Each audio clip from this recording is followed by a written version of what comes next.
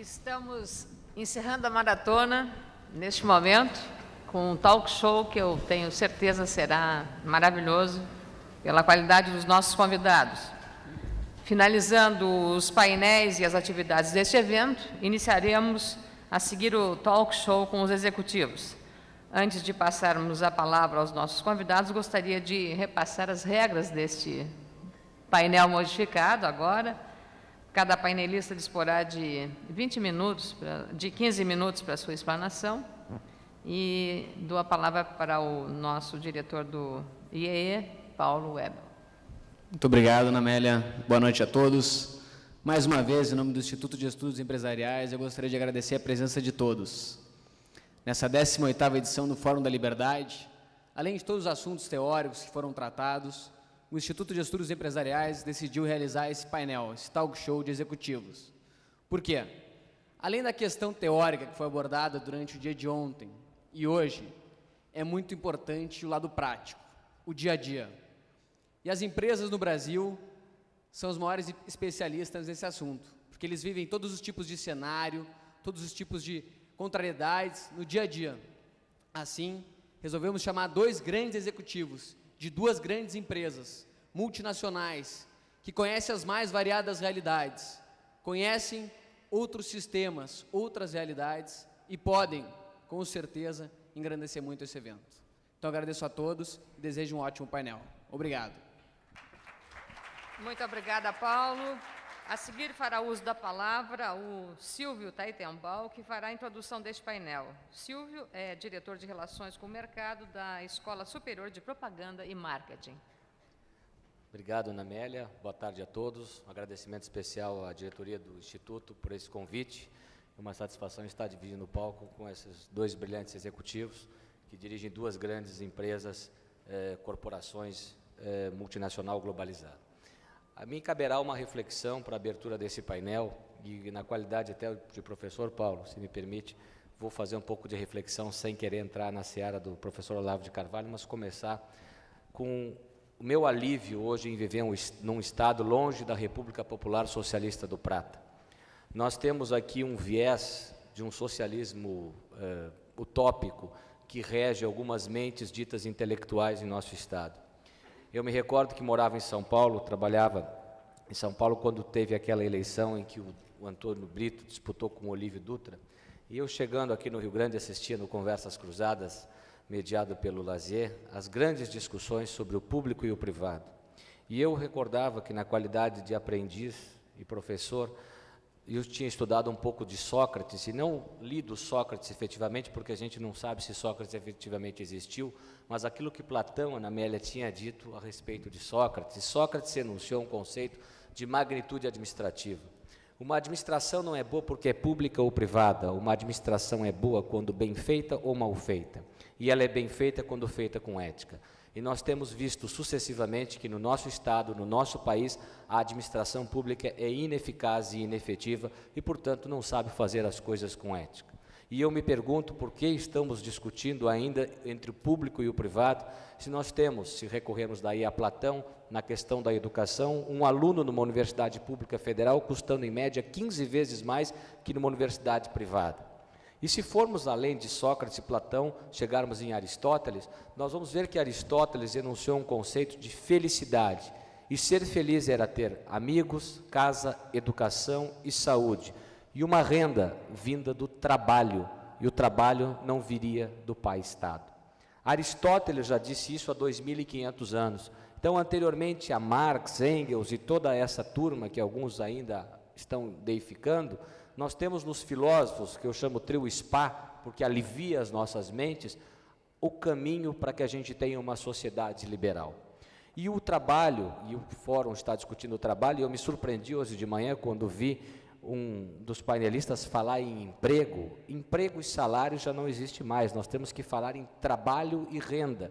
E o trabalho não mais definido como work, aquele fardo pesado, não como job, o emprego, mas sim como labor, o trabalho elaborado e criativo. Se recorrermos a essa visão de labor e a Aristóteles, nós vamos ver, Paulo, que nós temos que buscar saúde, educação, casa e amigos. Isso é quase que as necessidades básicas que Maslow, muito tempo depois, em 1956, no seu livro Motivação e Personalidade, enunciou. As necessidades fisiológicas, de segurança social, autoestima e autorrealização. Já estava lá na filosofia antiga as necessidades do indivíduo, que são as mesmas, só que a especialidade do trabalho mudou. E o Estado tem sido incapaz de fazer isso.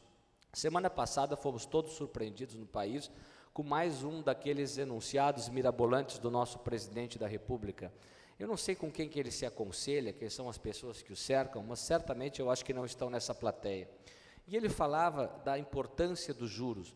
Mas tínhamos que dizer ao presidente da República que o juro no Brasil é fixado pelo Banco Central, que é dependente do governo federal. E nesse estado aqui, eu gostaria de fazer uma brincadeira, já que nós costumamos criticar o capital especulativo, quando nós ousamos trazer a GM, que agora parece que foi obra do PT ali em Gravataí, e depois quisemos trazer a Ford, alguns, digamos assim, pensadores da nossa República Popular Socialista do Prata, escolheram em mandar a Ford embora. Eu queria que cada uma dessas pessoas que escolheu o governo Olívio Dutra e cada uma dessas pessoas que governou na época do governo Olívio Dutra fizesse uma penitência diária de 1 minuto de silêncio pelo mal que eles causaram no Rio Grande do Sul. E esta é uma realidade que nós estamos ameaçados de ter no Brasil, porque às vezes o empresariado brasileiro não conhece efetivamente os males que 16 anos de prefeitura causaram aos cofres do nosso município e não conhecem os 4 anos de governo que nós tivemos aqui dentro. Eu estou me referindo a uma realidade em que nós estamos sendo tolhidos em colocar e nós precisamos nos unir enquanto pensadores da livre iniciativa, enquanto liberais e pessoas que acreditam que somente com liberdade é capaz de se construir cidadania. A cidadania vem a partir do trabalho e o trabalho é o que as organizações multinacionais proporcionam no nosso país, com tecnologia administrativa. O Brasil não é um país pobre, o Brasil não é um país subdesenvolvido, o Brasil é um país subadministrado. Quando nós vemos uma Nestlé, quando nós vemos uma Brasil Telecom, nós estamos vendo empresas que estão norteadas por valores da teoria geral da administração e que as variáveis de tarefa, estrutura, pessoas, visão de ambiente e tecnologia estão contempladas. E o que nós temos é uma falta completa de profissionalização do nosso Estado. Eu não vou ser tão drástico e radical de dizer que o Estado deveria ser extinto, mas ele deveria nos deixar trabalhar sem uma carga tributária tão elevada.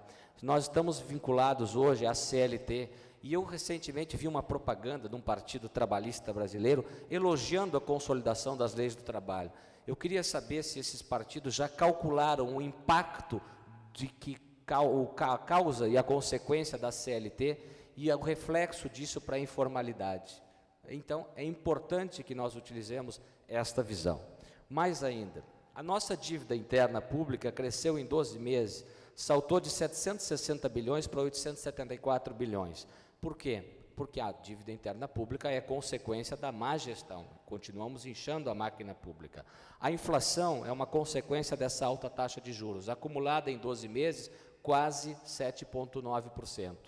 E o combate à inflação se faz com serviços competentes, com produtos diferenciados e com exportação. Com a taxa artificializada do dólar, fica quase que impossível a exportação ser competitiva. Com os custos internos, é realmente mais difícil. Então, eu não sei quanto tempo eu tenho ainda para a consolidação. Eu gostaria... temos ainda tempo, Ana Amélia? 1 minuto. 1 minuto. Então, eu gostaria de deixar essa contextualização, já passou 1 minuto, essa contextualização para o debate e louvar as empresas que têm coragem de vir investir no Brasil com todo esse cenário turbulento. E perguntar por que nós, empresários, por que não a classe empresarial do Rio Grande do Sul, não mobilizamos efetivamente um movimento, uma ação contra essa estrutura doentia e falida que cerca as nossas organizações. Muito obrigada, Silvio, pela participação. Anuncio agora o primeiro painelista. Carlos Roberto Faquina foi diretor de Recursos Humanos da Nestlé até 2003. Mestre e doutor em Ciências pela Fundação Escola de Sociologia e Política de São Paulo e professor da Universidade Mackenzie, especializado em Negócios e Relações Humanas pela Universidade de Pittsburgh, Illinois, nos Estados Unidos. Com a palavra. Muito boa noite a todos. Muito obrigado pelo convite. E eu gostaria de completar dizendo que eu continuo trabalhando. Continua trabalhando, ótimo, maravilha. Eu continuo como diretor de assuntos corporativos da Nestlé, e eu não sei se eu diria que felizmente ou infelizmente eu continuo trabalhando. É um bom sinal. Eu é um bom continuo, sinal, vou corrigir aqui sua biografia. Porque o tema que foi escolhido aqui, só para a gente desanuviar um pouquinho e tornar as coisas um pouco mais leves, o tema trabalho é um tema meio desagradável ao homem, né? Porque se a gente examinar a história, né, do trabalho, e nós temos aí eminentes historiadores que se dedicaram a isso, a gente observa que a luta do homem foi para não trabalhar, né, desde os primórdios. E o trabalho acabou constituindo-se numa espécie de conflito inato versus as necessidades. E quando eu digo dessa luta histórica, eu vejo que só em 2 grandes períodos da história houve assim uma celebração clássica do trabalho. Tanto é que o Masi acabou de fazer um sucesso espetacular aí, escrevendo sobre o ócio, né?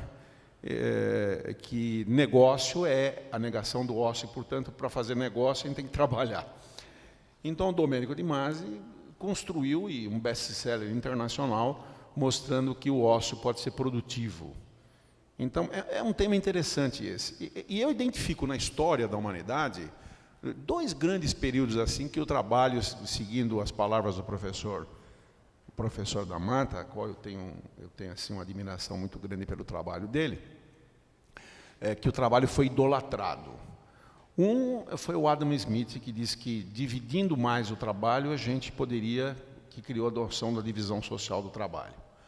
E a partir sob a causa e a natureza das riquezas das nações, ele construiu a ideia de que as nações que tinham riqueza de subsolo ou naturais, independentemente disto, só seriam ricas se houvesse o fator trabalho. Ele começou a glorificar, então, a ideia do trabalho.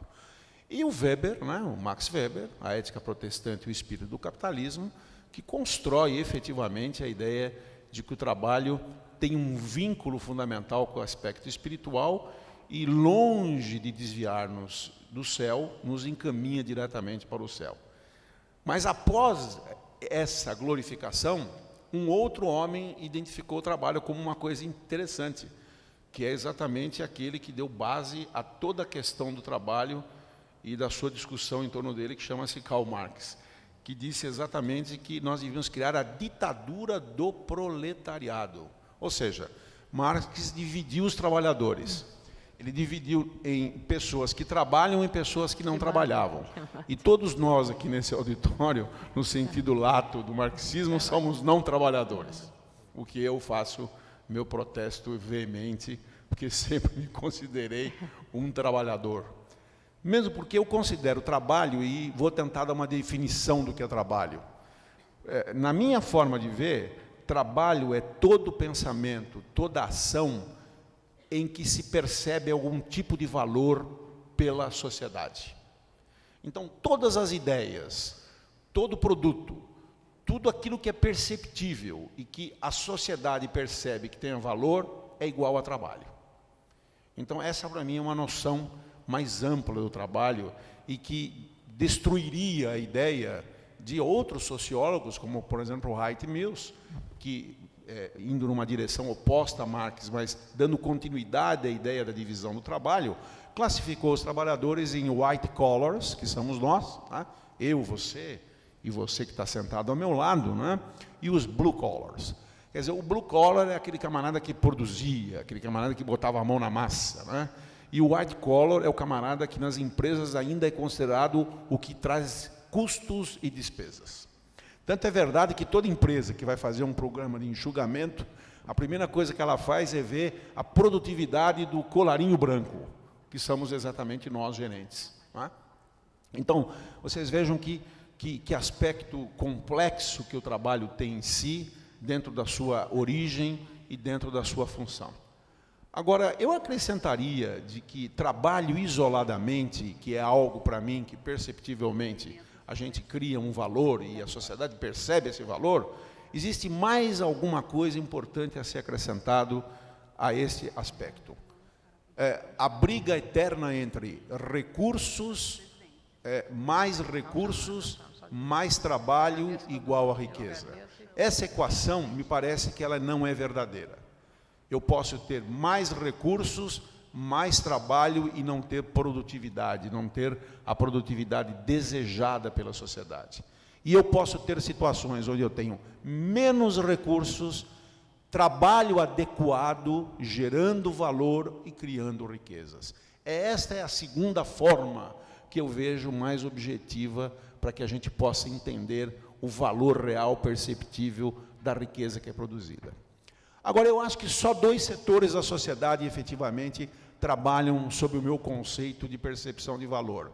O primeiro setor da sociedade chama-se iniciativa privada. É o único setor que produz riqueza palpável, perceptível sob o ponto de vista do tato, dos 5 sentidos, diríamos assim. Não é? Dizem que o último produto que não atingia todos os 5 sentidos era o vinho, mas os franceses, com o tintim, para fazer um cheese, conseguiram desenvolver o último sentido que o vinho não tinha, ou seja, o sentido da audição, porque todos os demais já haviam sido atingidos. Então, a iniciativa privada é a única que produz riqueza. A segunda área que produz riqueza é a área do pensamento, do conhecimento, da evolução do conhecimento. E aí entrariam serviços, entraria a universidade, entrariam as organizações não governamentais, e etc. Mas, por mais incrível que possa parecer, há um setor clássico que se apropria dessa riqueza e que tem uma ausência absoluta, não de trabalho, porque muitas vezes nós observamos no governo ou em governos, independentemente dos partidos que ocupem o poder, eu não vou me ater ao Rio Grande do Sul, mas eu vou dizer governo como um todo, embora haja trabalho, inexiste, algo que eu considero fundamental, que é algo que precisa ser incorporado às chamadas políticas públicas, que é a ideia da gestão dos recursos. Esta ideia não existe no Estado brasileiro de um modo geral. São raras as unidades da Federação Brasileira em que nós encontramos a ideia da gestão. Se eu levar isso para o âmbito do republicanismo, que deveria ser a estrutura brasileira, eu vou encontrar uma outra falha gritante dentro do processo brasileiro, que é a falta da confiabilidade. Então, nós temos um sistema republicano que não é republicano, é um sistema federativo que não é federativo, porque num sistema republicano, a célula máter do sistema é o município. E se há algo repudiado, algo que não funciona, algo que é não passível da descentralização governamental, é exatamente o município. E as desculpas são as mais variadas. O prefeito não é confiável, não existem pessoas gabaritadas nas prefeituras, etc. Uma série enorme de desculpas, né, de políticas governamentais e não de políticas de Estado, acabam ensejando a não existência da confiabilidade nos municípios, que, na minha opinião, a exemplo da gestão no governo, seriam as 2 palavras-chave para que nós pudéssemos agregá-las e fundamentarmos a ideia de que valores surgem desde que o trabalho tenha uma conotação perceptível pela sociedade. Ora, se a iniciativa privada cria riqueza, se o conhecimento é fundamental para o trabalho, e se nós tivéssemos gestão dentro da máquina governamental, nós teríamos a eficiência e poderíamos superar crises históricas e demandas históricas, como foram apontadas aqui anteriormente no painel anterior, inclusive pelo professor da Mata. É a minha primeira intervenção que me deram a oportunidade. Obrigado. Muito obrigada. Faquina, muito clara a exposição. Agradeço a sua gentileza e anuncio agora a palavra da Carla Sico, que preside, é a diretora de Relações com Investidores da Brasil Telecom, MBA da London Business School, atua há mais de 19 anos no setor de telecomunicações. Trabalhou como executiva na STET Internacional, na área da expansão de negócios em países do Médio e Extremo Oriente, também na América do Sul. Com a palavra, doutora Carla. Boa tarde, obrigado pelo convite. Eu vi o discurso dos meus dois colegas que falaram muito teoricamente de quello que deveria ser o desenvolvimento do trabalho.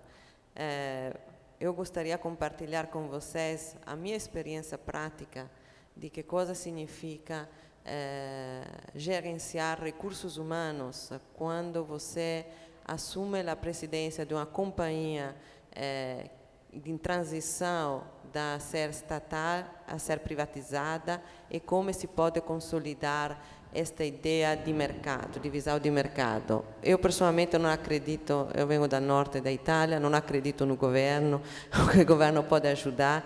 Então, eu acho que o espírito empresarial precisa ser a força atrás de qualquer mudança.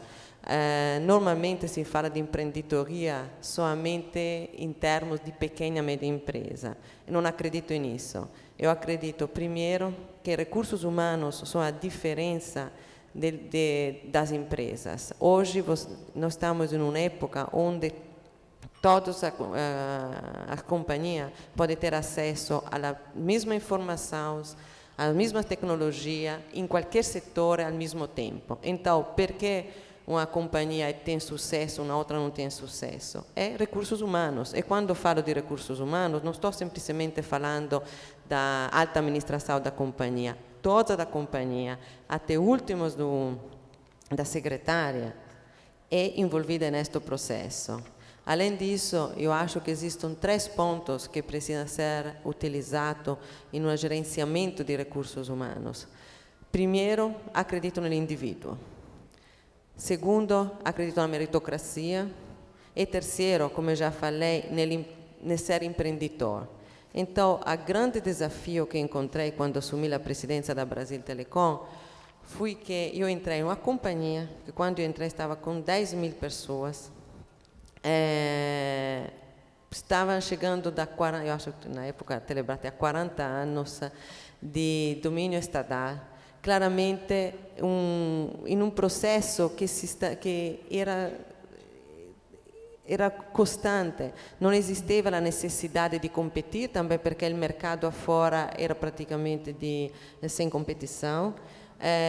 Não era a necessidade de melhorar-se, porque, como sempre, você entrava no sistema Telebrás e era um trabalho per la vida. Não existia a ideia de poder ser mandado embora. Nos primeiros 6 meses, eu mandei embora 3.000 pessoas. Infelizmente, acho que mais de 1.000 pessoas foram mandadas embora aqui na CRT, aqui no Rio Grande do Sul. É claro que não são decisões fáceis de tomar, porque na hora que você decide mandar embora 3.000 pessoas, você não pensa as consequências que isto pode ser pelas famílias e tudo, mas existem outros, mas neste modo eu consegui começar um processo de privatização e de mudança na cabeça das pessoas.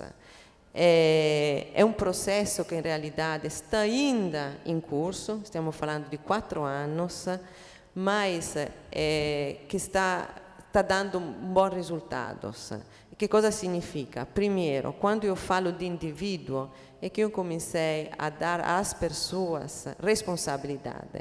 É inacreditável. Hoje a gente vive numa sociedade dove todo mundo quer direito e acha de não ter dever. Quando eu falo de direito, é que todo mundo quer poder, mas na hora que você precisa tomar uma decisão e assumir as responsabilidades, as pessoas ficam atrás.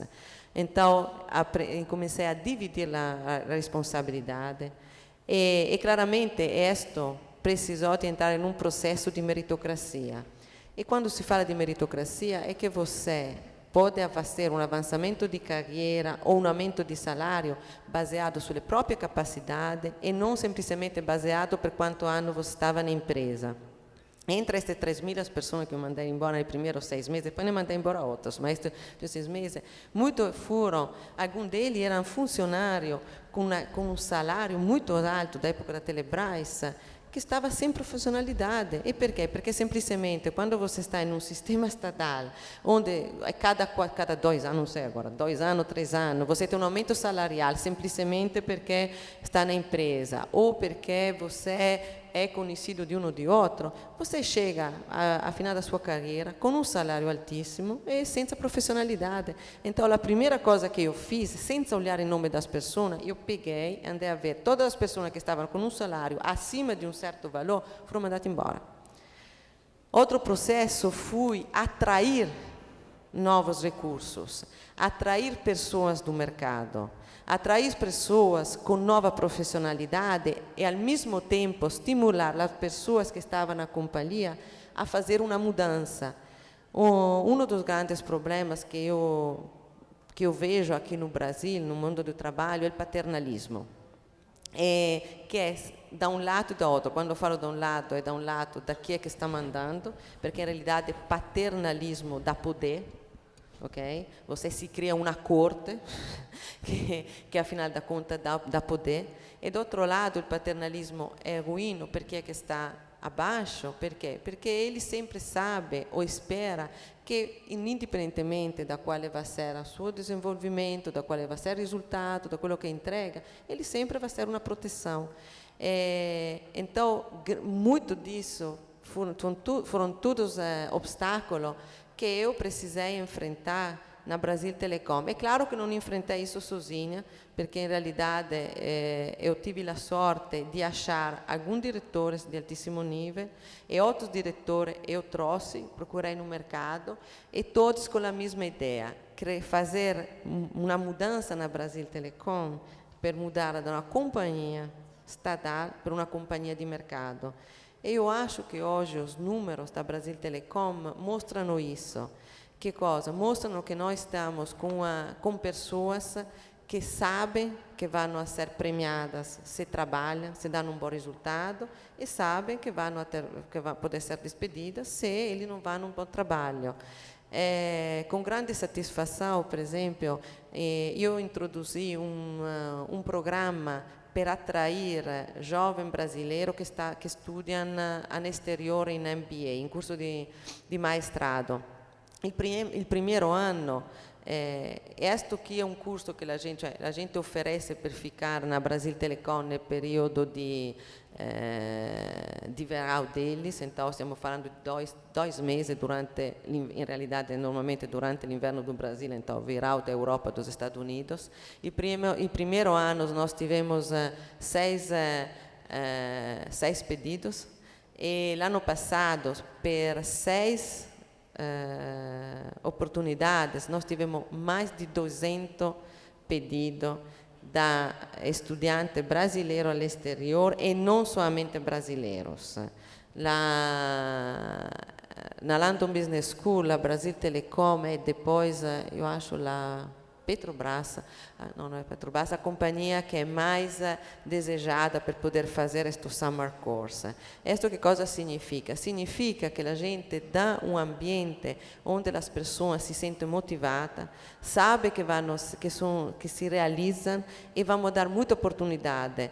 Do outro lado, eu sempre falo, especialmente com as pessoas mais jovens, que, em realidade, mesmo que eu gostaria de ver sempre a mesma extensão de trabalhar comigo, eu acho que um outro estímulo que você precisa dar para a gente que está entrando no mundo do trabalho é de estimular ele a fazer mudança. Seja que seja uma mudança no interno da companhia, no sentido de passar da uma diretoria a uma outra, se você é um diretor de marketing, de operacionais ou de comerciais, ou também de sair.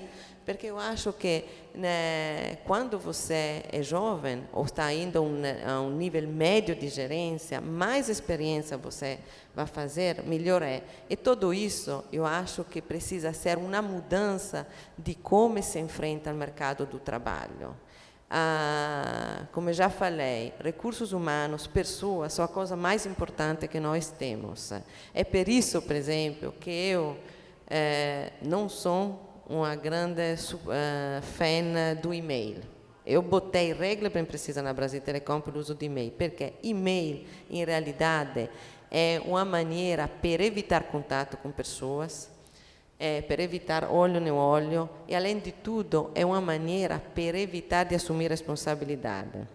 Um dia que eu recebi um e-mail com 50 pessoas em endereço e com almeno attached de outros 50 e-mail que falavam do mesmo problema que estava resolvendo, eu mandei um e-mail falando que eu nunca mais teria tido consideração um e-mail onde não era a única endereçada.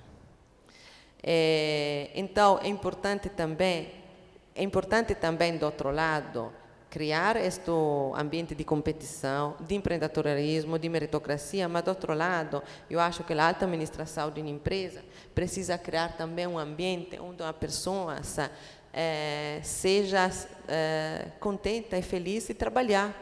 Porque, de um lado, eu já falei que hoje se fala solamente de direito, mas eu acho que é importante que o ambiente do trabalho seja um ambiente estimulante, e isto pode ser criado, neste caso, somente da alta administração da empresa.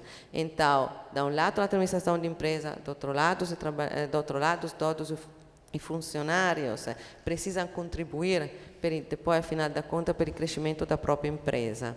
Então, eu espero que aquilo que eu queria compartilhar com você, ripeto, é muito importante manter o espírito empreendedorial, porque às vezes a gente pensa que no Brasil Telecom, num grupo como a Nestlé, l'imprenditoria não existe. Não é verdade. Cada um de nós pode ser empreendedor em qualquer momento.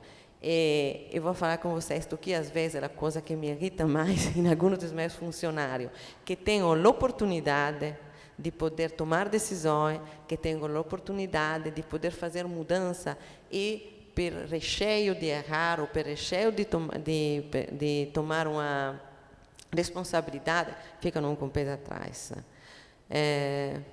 Então, espero de ter compartilhado com você uma experiência que eu vivi aqui no Brasil e que acho que teve sucesso. Obrigada.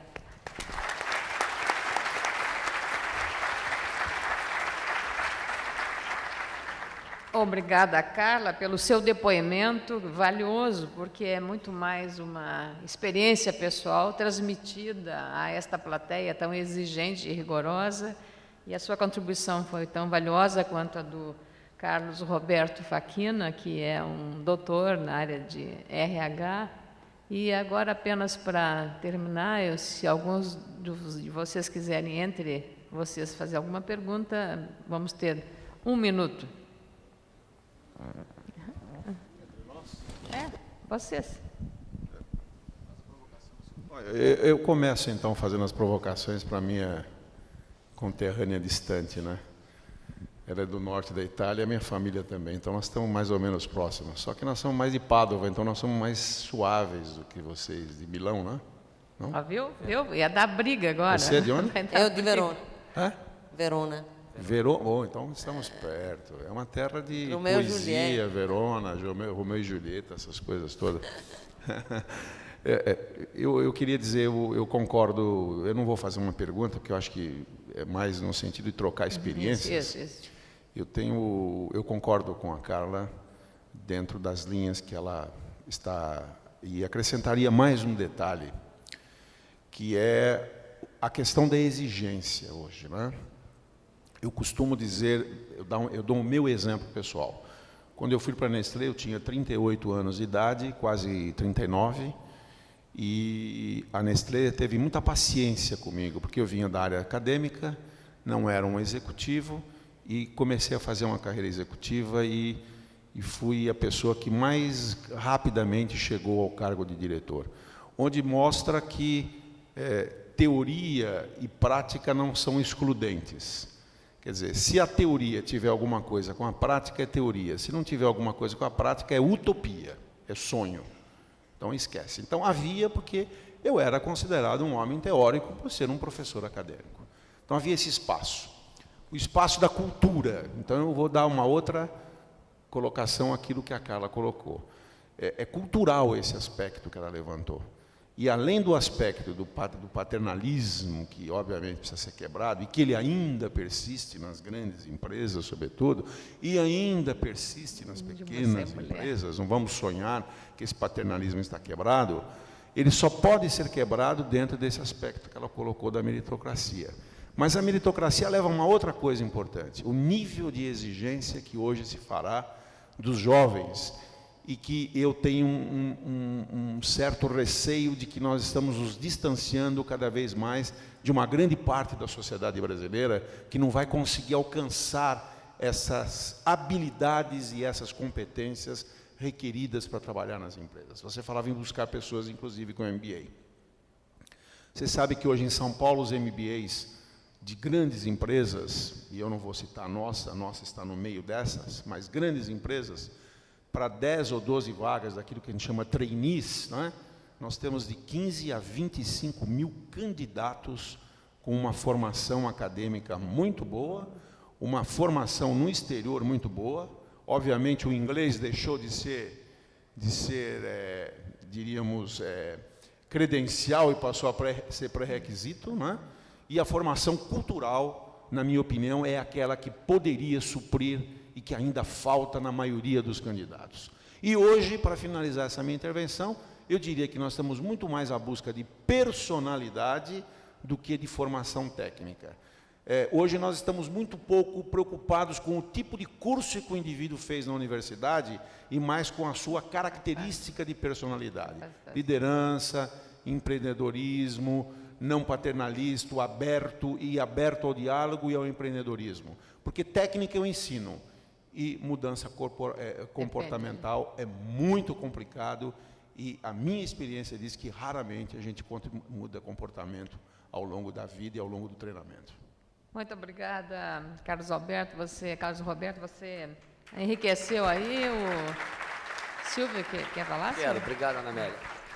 Eu acho assim, na qualidade hoje de diretor corporativo da SPM, acho que todo mundo conhece, Escola Superior de Propaganda e Marketing, eu tenho 5 anos na área de diretor de Planejamento e Desenvolvimento de Talentos da CBPO, que era uma empresa forte do Grupo Odebrecht, depois acabou diminuindo, e dessa larga experiência eu tenho uma discordância, até uma provocação para fazer. Nós estamos para além da burocracia no mundo, o senhor até colocou Domênico De Masi, na verdade ele é um estruturalista, e o paradigma estruturalista é que nós nascemos, crescemos, morremos em organizações. Quando nós precisamos de um recurso, nós vamos a uma farmácia, que o medicamento foi fabricado por uma organização, e quem está numa farmácia está também representando uma organização. Quando vamos nos locomover, precisamos de um transporte que foi construído por uma organização e assim por diante. Pois muito bem, 40% dos trabalhadores da indústria no Brasil não acabou a 4ª série do primeiro grau, antigo primeiro grau. Menos de 4% dos gerentes, comprovadamente, dados da CNI, nas empresas brasileiras, não têm curso superior. Eu não sei esse dado de 25 mil pessoas com MBA, talvez em São Paulo possa existir, mas nós temos no Brasil uma falência completa de um termo chamado educação para o trabalho, pelo trabalho e através do trabalho. Quando a gente se refere ao trabalho moderno, em termos acadêmicos, para as corporações, no processo de educação corporativa, nós estamos nos referindo ao trabalho não com a visão de work, que era a visão de Marx e de Adam Smith, não com a visão de job, que é a visão da burocracia, mas com a visão de estratégia competitiva, de labor, o trabalho elaborado e criativo, do ser com visão sistêmica, proativo, que tem visão adocrática, que tem o foco no foco do cliente, que entende da globalização e dos negócios internacionais, e não dessas burocracias que nós estamos acostumados a vivenciar no Brasil. Quando nós chegamos no modelo europeu, ou no modelo americano, ou no modelo japonês, o que nós estamos vivenciando são organizações que trabalham no modelo just in time, não just in case. E o que está por trás disso, e o Fórum reside em cima disso, é o futuro do trabalho no Brasil. E está por trás, o que envolve a empresa é o mercado, onde estão as 5 forças competitivas.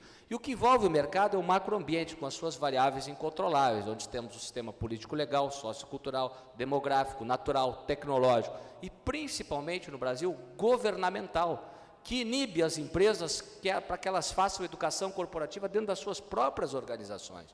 E eu acho que se nós quisermos efetivamente discutir o caminho do trabalho no Brasil, nós temos que desenvolver um modelo endógeno de administração, nós temos que desenvolver um modelo de livre iniciativa pertinente às nossas realidades e parar de ficar importando modelos, porque a gente fica buscando receita de bolo para fermentos diferentes como o nosso. Então, é importante que, se nós quisermos efetivamente desenvolver um Brasil competitivo, livre, para livre iniciativa e livres pensadores, nós tenhamos, Ana Amélia, teorias endógenas de gestão e possamos trocar isso. Então, eu queria demonstrar um pouco de discordância e acredito que nós, empreendedores, temos que romper, efetivamente, com a dependência governamental. É aí que está uma das grandes chagas do Brasil. Muito obrigada, Silvio. Renovo os meus agradecimentos em nome do Instituto de Estudos Empresariais, ao Carlos Roberto Faquina, à Carla Cico, ao Paulo e ao Silvio novamente, dizendo que, para mim, pessoalmente, como moderadora deste encontro, o 18º Fórum da Liberdade, foram as 10 horas mais proveitosas que eu tive, fazendo um trabalho aqui um pouco braçal, mas, sobretudo, aprendendo muito com pessoas como vocês. Por isso, eu agradeço a oportunidade e um agradecimento muito especial ao Lars Knorr, presidente do IEE. Para vocês, mais uma vez, um obrigado sincero. Parabéns.